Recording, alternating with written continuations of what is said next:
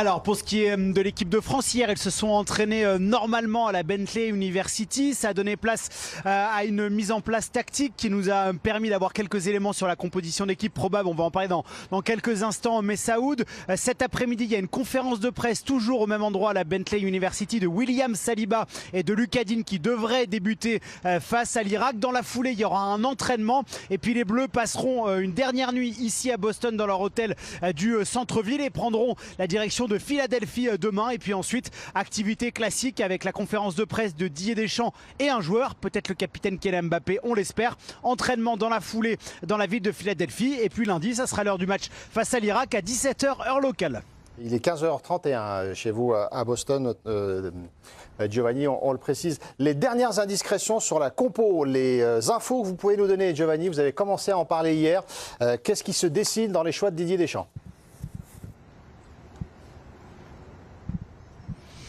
On avait eu très vite en fait la confirmation et les tendances qu'il y aurait 2 à 3 changements pour le match face à l'Irak. Le staff de l'équipe de France veut garder tout le monde sous pression sans bouleverser l'équilibre total de l'équipe. Devrait y avoir un changement total à gauche. Je parle bien sûr de la gauche de l'équipe de France, pas de débat politique, avec la titularisation normalement de Lucas Digne et de Bradley Barcola. Et puis un changement un petit peu plus inattendu avec Manu Koné qui devrait être associé à Adrien Rabiot dans le 4-2-3-1 de Didier Deschamps. C'est pas du tout une sanction envers Aurélien Tchouaméni. Il y a une forme de récompense pour Manu Koné qui est très apprécié par le staff des Bleus. Une manière aussi de ménager le joueur du Real Madrid qui, durant la saison, a connu parfois quelques pépins physiques. Donc ça donne pour le 11 Maignan dans les cages, à droite Koundé, à gauche Digne, Saliba dont les retours de mal de dos sont plutôt très positifs, associés à Upamecano, Koné, Rabiot, Barcola, Michael Olise possiblement en numéro 10. Il faudra attendre les 2 dernières mises en place d'aujourd'hui et de demain. Et sur la droite de l'attaque, Ousmane Dembélé, puis devant bien sûr le capitaine Kylian Mbappé. Giovanni Castaldi en direct de Boston où se trouve l'équipe de France avant de jouer son match. Oussa Tanguy face à l'Irak et Giovanni va vous écouter avec beaucoup d'attention parce qu'il doit faire son transfert ce soir. Mais écoutez bien Giovanni, peut-être que vous allez devoir le reporter. Oui, effectivement, parce qu'il y a des possibilités d'orage du côté de Philadelphie. C'est une information de l'équipe qui vient de tomber.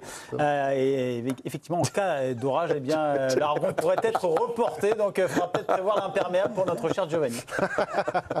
Vous prenez toujours votre train pour Philadelphie ou pas, Giovanni ? Ah bah d'accord. J'ai bien compris que la direction de la chaîne L'équipe ne voulait plus de moi et leur meilleur moyen c'est de faire tomber les orages sur Philadelphie. Ça fait plaisir. C'est vrai qu'on va surveiller ça, mais ça veut dire que les conditions, quoi qu'il arrive, elles seront pénibles. Le stade n'est pas couvert à Philadelphie. Le stade à Philadelphie, ça... On va regarder. Oui, si le match doit être interrompu. Si le match doit être interrompu. Ou alors pour déplacer les supporters, mais on peut vérifier ça. J'avoue que je n'ai pas la physionomie du stade. Il n'y a pas de toit. Pas de toit donc à Philadelphie. Le match qui aura lieu à 17h, heure de Philadelphie, et 23h en France. Oui, Giovanni.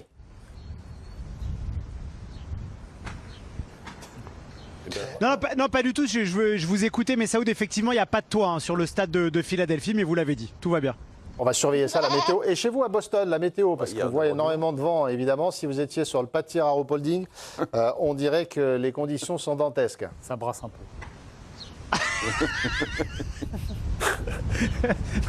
Non, écoutez, franchement, il fait très très bon. L'air est légèrement frais, mais c'est vrai qu'il y a beaucoup de vent. Après, sur la ville de Boston, c'est assez habituel. Il y a quand même beaucoup d'air. Parfois, il y a des grosses bourrasques. Et confirmation que la météo est bonne. Jérémy Jalingro qui nous écoute, vous ne le disputerez pas pour ça. Est-ce qu'on peut descendre un petit peu le cadre, Jérémy ? Voilà, la preuve que les conditions sont excellentes du côté de Boston quand même, malgré tout. Ça vous va très bien, Giovanni. On rappelle l'info que vous nous donniez tout à l'heure et vous participez à la discussion, évidemment, à Bradley Barcola, titulaire donc, a priori, face à l'Irak pour le 2e match. Alors, il y a les noms également de Manu Koné et de Lucas Digne, mais est-ce que Barcola titulaire, c'est l'option qui vous interpelle le plus, le choix en tout cas, de Deschamps qui vous interpelle le plus ? Moi, non. Non, parce qu'ils étaient déjà pratiquement en balance dès le premier match. Ouais. Au vu de sa rentrée, il a gagné le droit d'être vu comme titulaire.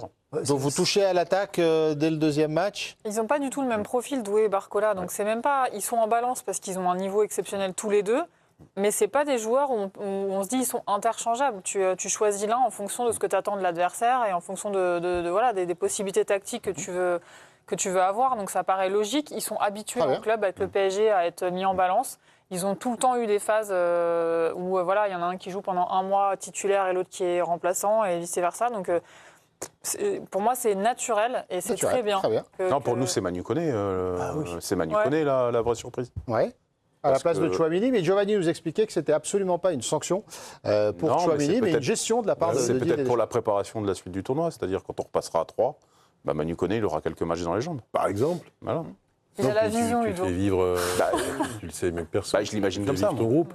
Dès le deuxième match, là. Oui, Non, mais c'est ça qui est intéressant dans le choix de Didier Deschamps. Oui, mais d'habitude, sous on change quand ça ne marche pas sur le premier match. Là, ça. Non, mais ça a marché. d'habitude, ça marche. Depuis 2014, il marche bien. Quasiment chaque première rencontre est remportée.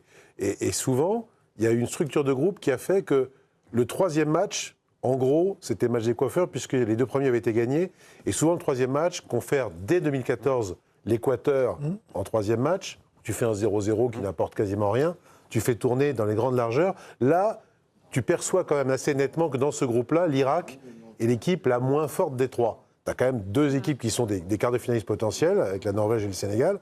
Et avec l'Irak, tu as quand même une petite fenêtre de tir. Donc pourquoi ne pas se priver, à dose homéopathique, d'intégrer 3 joueurs qui sont en plus des titulaires en puissance. Je veux dire, on n'est pas dans la gestion d'un effectif pour un plaisir à des coiffeurs, loin de là. Moi, j'ai une question, mais c'est une question pour vous tous et pour Giovanni, mais pourquoi on a les compos à l'avance, en fait? Je ne comprends pas l'idée. Non, mais parce qu'il travaille bien, Giovanni.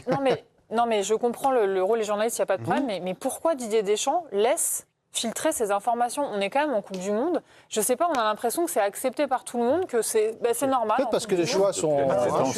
Je suis pas On va sûr. demander à Giovanni après. Je ne suis pas sûr que ce soit Didier qui les laisse filtrer. Lui, quand il met les équipes en place, il donne des indications sur le terrain. Quand tu fais des entraînements, les joueurs parlent à leur famille, à leurs agents. Ouais. Et ça a toujours existé, ça, Pierre. Ça a toujours existé. Il y a des possibilités quand même d'essayer de juguler ça, mais on a l'impression que c'est accepté. C'est une vraie question pour Giovanni, parce que lui, il pourra évidemment nous dire... Ça n'existe plus, Pierre, ça n'existe plus. Ça. Ouais. L'information, elle sort à un moment ou à un autre. Puisqu'il y a un peu logique je comprends aussi, ce que tu dis, parce que nous... Même on est contre les joueurs et on se méfie des joueurs qui préviennent l'adversaire parce qu'ils sont potes avec Tartampion ou l'agent. Et... En fait, il y a toujours une relation qui existe quelque part. En sélection, en Coupe du Monde, tu n'as aucun proche, aucun entourage qui a intérêt à ce que l'adversaire il ait la compo. Simple réaction de Giovanni pour nos téléspectateurs. Éclairé évidemment, et on ne demande pas les sources pour les informations.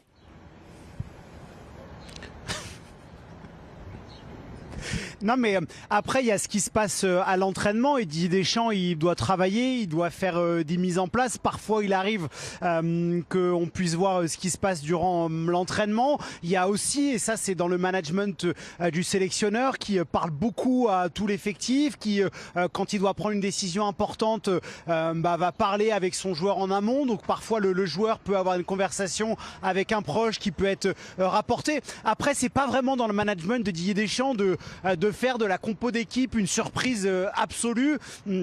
De toute façon, que ça soit Désiré Doué ou Bradley Barcola qui soit titulaire face à l'Irak, ça reste une attaque exceptionnelle. Moi, j'ai un souvenir sur les 2 ans et demi que j'ai avec l'équipe de France depuis que je la suis. Une fois, il a vraiment voulu cacher une compo. C'était face à l'Italie, la victoire à San Siro. Lors de la mise en place tactique, il avait effectué plusieurs options et du coup, personne n'avait eu la bonne compo. Je pense qu'il n'y a pas de secret, il n'y a pas de mystère. Et ça fait pas tant parler que ça en fait, puisque c'est le 11 qui est à peu près attendu.